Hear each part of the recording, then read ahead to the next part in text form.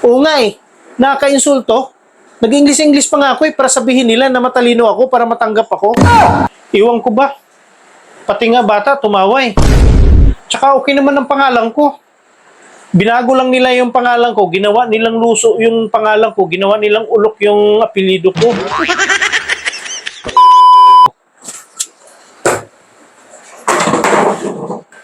Bakit galit na galit ka? Nag-a-apply ako ng trabaho. 100 kami nag-a-apply. Ako lang yung hindi natanggap. Ay, nakakagalit nga yan. Parang sinasabi nila, sa 100 na nag-apply, ikaw lang yung bubo. Oo nga eh. Nakaka-insulto. Nag-English-English pa nga ako para sabihin nila na matalino ako para matanggap ako. Saan ka ba nag-a-apply? Doon sa itatayo pa lang na building. Ano bang in-applyan mo? Waiter. Kaya naman pala hindi ka natanggap.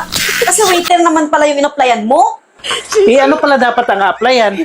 Construction boy dapat. Ganun ba? Wala bang waiter doon sa mga ganun? Ano bang gagawin sa waiter doon? Eh, ginagawa pa lang yung building. Tapos tinanong lang ako na nag-interview sa akin. Tinawanan ba naman ako na nag-a-apply ng mga contraction ba yun? Contraction boy? Tama ba yung contraction? Tinawanan ba naman ako? Na tinanong lang naman ako sa nag-interview sa akin kung anong pangalan ko. Nakaka-insulto. Ano bang tinanong sa'yo? Tinanong lang ako sa nag-interview sa akin kung anong pangalan ko. Sabi ko Loso. Kasi Loso naman talaga ang pangalan ko. Tinawanan ba naman ako sa mga nag-a-apply din ng mga Bisaya? Ba't naman sila tumawa? Eh, tama naman yung sagot mo. Kasi, ang pandinig pala nila sa pangalan ko, Loso. Kaya pa sa tawa ng tawa. Ngayon, lalo silang tumawa nung narinig nila yung apelyido ko. Bakit sila tumatawa sa apelyido mo?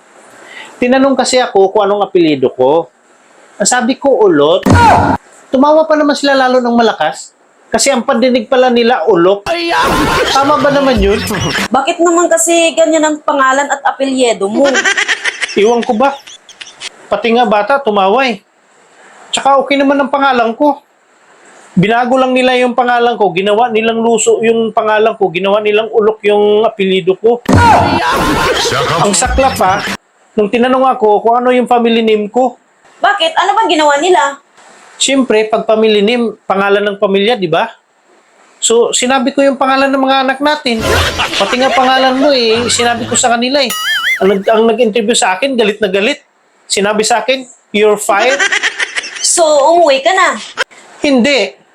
Binugahan ko siya ng apoy. Fire sabi niya eh. Mabuti pahan. Uwi na lang tayo sa probinsya. Bakit naman tayo uuwi? Pangit ang ugali nila dito. Mapanglait, matapobre sa kapwa.